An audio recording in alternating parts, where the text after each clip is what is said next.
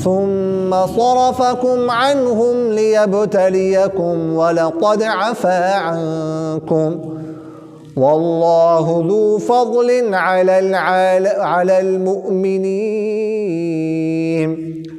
إذ تصعدون ولا تلوون على أحد والرسول يدعوكم في أخراكم فأثابكم غما بغم لكي لا تحزنوا على